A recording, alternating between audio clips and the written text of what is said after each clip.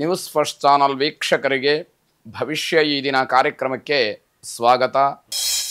ಮೇಷರಾಶಿಯವರು ಸ್ವಾಭಿಮಾನದಿಂದ ಬದುಕ್ತಕ್ಕಂತಹದ್ದು ಬಹಳ ಒಳ್ಳೆಯದು. ಆದರೆ ಆ ಸ್ವಾಭಿಮಾನ ಅಹಂಕಾರವಾಗಬಾರದು.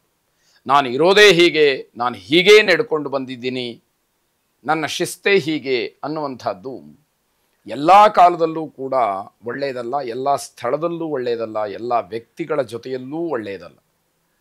ಯಾವಾಗ ಹೇಗಿರಬೇಕು, ಆ ಸಂದರ್ಭಕ್ಕೆ ಹೇಗೆ ಬದಲಾಗಬೇಕು, ಹೇಗೆ ಹೊಂದಿಕೊಳ್ಬೇಕು, ಅದರಿಂದ ಬೇರೆಯವರಿಗೇನೂ ಕೂಡ ತೊಂದರೆ ಆಗದೇ ಇರೋ ಹಾಗೆ ನೋಡಿಕೊಳ್ಬೇಕು. ಇದು ಬಹಳ ಮುಖ್ಯವಾಗ್ತಕ್ಕಂಥದ್ದು.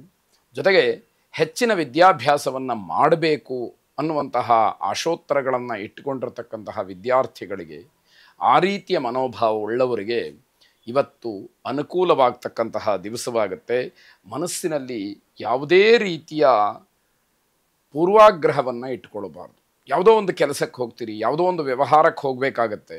ಅಂತಹ ಸಂದರ್ಭದಲ್ಲಿ ಈ ಮಾತಿಗೆ ಒಪ್ಪಿದರೆ ಮಾತ್ರ ನಾನು ಅದಕ್ಕೆ ಒಪ್ಪಿಕೊಳ್ಳುವಂಥದ್ದು ಅನ್ನುವಂತಹ ಭಾವನೆಗಳಿರಬಾರ್ದು.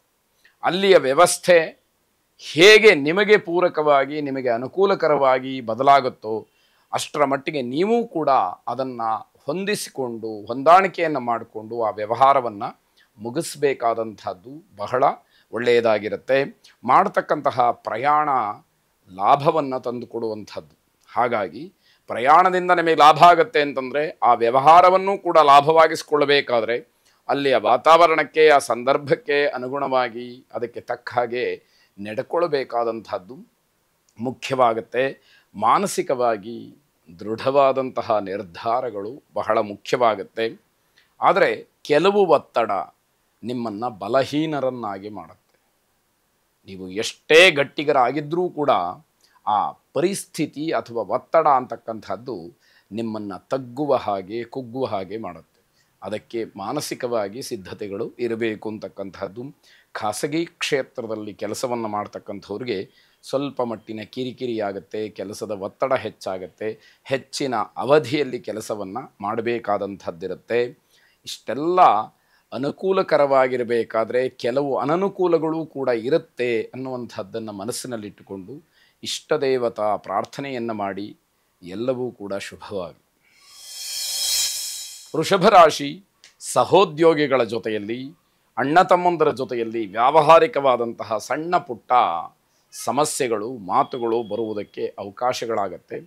ಆ ರೀತಿಯ ಸಂದರ್ಭಗಳು ಬಂದಾಗ ಅದೆಲ್ಲ ವಿಚಾರಗಳು ಕೇವಲ ವ್ಯವಹಾರಕ್ಕೆ ಮಾತ್ರ, ನಮ್ಮಲ್ಲಿರ್ತಕ್ಕಂತಹ ಬಂಧುತ್ವಕ್ಕೋ ವಿಶ್ವಾಸಕ್ಕೋ ಅಲ್ಲ ಅನ್ನುವಂತಹ ಭಾವನೆ, ಆ ಒಂದು ದೃಢವಾದಂತಹ ಸಂಕಲ್ಪ ನಿಮ್ಮಲ್ಲಿ ಇರಬೇಕಾಗತ್ತೆ. ಅನಗತ್ಯವಾದಂತಹ ವಿಚಾರಗಳಿಗೋಸ್ಕರವಾಗಿ ಸಮಯವನ್ನು ಹಾಳು ಮಾಡಿಕೊಳ್ತೀರಿ. ಬೇಡದೇ ಇರತಕ್ಕಂತಹ ವಿಷಯಗಳು ಚರ್ಚೆಗೆ ಗ್ರಾಸವಾಗುತ್ತೆ, ಅದರಿಂದ ಸಮಯ ವ್ಯರ್ಥವಾಗುವಂಥದ್ದಾಗತ್ತೆ. ಮನೆಯಲ್ಲಿ ಮತ್ತು ನೀವು ಕೆಲಸ ಮಾಡ್ತಕ್ಕಂತಹ ಸ್ಥಳದಲ್ಲಿ ಕೆಲಸದ ಒತ್ತಡ ಹೆಚ್ಚಾಗಿ ಸ್ವಲ್ಪ ಮಟ್ಟಿಗೆ ಕಿರಿಕಿರಿ ಆಗುತ್ತೆ. ಪ್ರತಿನಿತ್ಯವೂ ಕೂಡ ಅದೇ ಕೆಲಸವನ್ನು ಮಾಡ್ತಾ ಇರಬಹುದು, ಆದರೆ ಆ ಒತ್ತಡಪೂರ್ವಕವಾಗಿ ಮಾಡ್ತಕ್ಕಂತಹ ಕೆಲಸದಿಂದ ಮಾನಸಿಕವಾದಂತಹ ಹಿಂಸೆ ಸ್ವಲ್ಪ ಹೆಚ್ಚಾಗುವಂಥದ್ದು. ಭೂಮಿಗೆ, ಆಸ್ತಿಗೆ ಸಂಬಂಧಪಟ್ಟಂತಹ ಒಂದಷ್ಟು ಮಾತುಕತೆಗಳು ನಡೀಬಹುದು ಅನ್ನುವಂಥದ್ದು. ನಿಮ್ಮ ಕೆಲಸದಲ್ಲಿ ನೀವು ಹೆಚ್ಚು ಮಗ್ನರಾಗಬೇಕು. ಯಾವ ಕೆಲಸವನ್ನು, ಯಾವ ಉದ್ಯೋಗವನ್ನು, ಯಾವ ವೃತ್ತಿಯನ್ನು ಆಶ್ರಯ ಮಾಡಿಕೊಂಡಿದ್ದೀರಿ ಅದರ ಬಗ್ಗೆ ನಿಮಗೆ ಪರಿಪೂರ್ಣವಾದಂತಹ ಗಮನ ಇರಬೇಕು. ಜೊತೆಗೆ ನೀವು ಮಾಡುವ ವೃತ್ತಿಗೆ ನ್ಯಾಯವನ್ನು ಒದಗಿಸ್ತಕ್ಕಂತಹ ಪ್ರಯತ್ನ ನಿಮ್ಮಿಂದ ಆಗಬೇಕು ಅನ್ನುವಂಥದ್ದು. ಅನಗತ್ಯವಾದಂತಹ ವಿಚಾರಕ್ಕೆ ಗಮನ ಕೊಡದೇ ಇರತಕ್ಕಂಥದ್ದು ಬಹಳ ಒಳ್ಳೆಯದು. ಗಮನ ಸೆಳೆಯುತ್ತೆ ಅದು. ಆದರೆ ನೀವು ವಿಶೇಷವಾದಂತಹ ಗಮನದಿಂದ ಅಂತಹ ಬೇಡದೇ ಇರುವಂತಹ ವಿಚಾರಗಳ ಗಮನವನ್ನು ತಡೆ ಹಿಡಿಬೇಕಾದಂಥದ್ದು. ಸಣ್ಣ ಪುಟ್ಟ ಆರೋಗ್ಯ ಸಮಸ್ಯೆಗಳು, ಮೈಗ್ರೇನ್ ಇತ್ಯಾದಿ ತಲೆನೋವು ನಿಮಗೆ ಅಡ್ಡಿಯನ್ನು ಉಂಟು ಮಾಡಬಹುದು. ತಾಪಸಮನ್ಯುವಿಗೆ ಶರಣು ಹೋಗಿ ಶುಭವಾಗಿ. ಮಿಥುನ ರಾಶಿ, ನಿಮ್ಮ ನಡವಳಿಕೆಯಿಂದ ಮನೆಯವರಿಗೆ ಆತಂಕ ಸೃಷ್ಟಿಯಾಗುತ್ತೆ. ಮನೆಯವರಿಗೆ ಒಂದು ರೀತಿ ಹೆದರಿಕೆ ಪ್ರಾರಂಭವಾಗುತ್ತೆ. ನಿಮ್ಮ ಸ್ವಭಾವವನ್ನು ಸ್ವಲ್ಪ ಮಟ್ಟಿಗಾದರೂ ಬದಲಾಯಿಸ್ಕೊಳ್ತಕ್ಕಂತಹ ಪ್ರಯತ್ನವನ್ನು ಮಾಡಿ ಎನ್ನುವಂಥದ್ದು. ಪ್ರಭಾವಿ ವ್ಯಕ್ತಿಗಳ ಸಂಪರ್ಕದಿಂದ ನಿಮ್ಮ ಕೆಲಸಗಳಾಗತ್ತೆ. ಆದರೆ ನೀವು ಮೊದಲು ಸರಿಯಾಗಿರಬೇಕು ಅನ್ನುವಂಥದ್ದು ಮುಖ್ಯ. ಯಾವಾಗ ಒಳ್ಳೆಯ ಮನಸ್ಥಿತಿಯಿಂದ ಒಳ್ಳೆಯ ನಡವಳಿಕೆಯಿಂದ ನೀವು ನಿಮ್ಮ ಪ್ರಯತ್ನಗಳನ್ನು ಮಾಡ್ತೀರೋ ಆಗ ನಿಮಗೆ ಅನುಕೂಲವಾಗುವಂಥದ್ದಿದೆ. ವ್ಯಾಪಾರ ವ್ಯವಹಾರದಲ್ಲಿ ಇರತಕ್ಕಂತಹ ಕೆಲವು ಸಮಸ್ಯೆಗಳು ದೂರವಾಗುವುದಕ್ಕೆ ಇವತ್ತು ಅವಕಾಶ ಇದೆ. ಆ ಸಂದರ್ಭವನ್ನು ನೋಡಿಕೊಂಡು ಸರಿಯಾದಂತಹ ರೀತಿಯಲ್ಲಿ ಪ್ರಯತ್ನವನ್ನು ನಡೆಸಿ ಎನ್ನುವಂಥದ್ದು.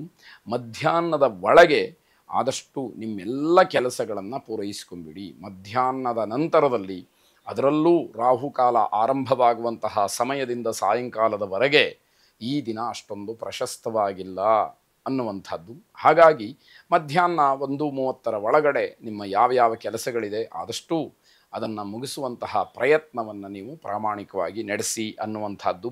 ನಿಮ್ಮ ಸ್ನಾಯು, ನರ, ಮೂಳೆ ಇತ್ಯಾದಿಗಳಲ್ಲಿ ನೋವು ಕಾಣಿಸ್ಕೊಳ್ಬೋದು ಅಥವಾ ಅದರಿಂದ ತೊಂದರೆ ಆಗಬಹುದು ಅನ್ನುವಂಥದ್ದು. ವಿದ್ಯುತ್ ಉಪಕರಣಗಳನ್ನು ಮಾರಾಟ ಮಾಡುವಂಥವ್ರಿಗೆ ಲಾಭ ಸಿಕ್ಕುವಂತಹ ದಿವಸ ಇದು. ಮೃತ್ಯುಂಜಯನನ್ನು ವಿಶೇಷವಾಗಿ ಪ್ರಾರ್ಥನೆ ಮಾಡಿ. ಮಿಥುನ ರಾಶಿಯವರು ಮೃತ್ಯುಂಜಯನನ್ನು ಪ್ರಾರ್ಥನೆ ಮಾಡುವಾಗ ರುದ್ರಂ ಪಶುಪತಿಂ ಸ್ಥಾಣಂ ಶ್ರೀಕಂಠಂಚ ಉಮಾಪತಿಂ ನಮಾಮಿ ಶಿರಸಾ ದೇವಂ ಕಿನ್ನೋ ಮೃತ್ಯುಃ ಕರಿಷ್ಯತಿ ಎಂಬುದಾಗಿ 11 ಸಲ ಪಠನೆ ಮಾಡಿ ಮೃತ್ಯುಂಜಯನ ಅನುಗ್ರಹಕ್ಕೆ ಪಾತ್ರರಾಗಿ ಮೃತ್ಯುಂಜಯನ ಆಶೀರ್ವಾದವನ್ನು ಅನುಗ್ರಹವನ್ನು ಪಡೆದುಕೊಳ್ಳಿ. ಶುಭವಾಗಿ. ಕರ್ಕಾಟಕ ರಾಶಿ ಈ ದಿವಸ ವಿಶೇಷವಾದಂತಹ ಪ್ರಯಾಣವನ್ನು ಮಾಡದೇ ಇರುವಂಥದ್ದು ಒಳ್ಳೆಯದು.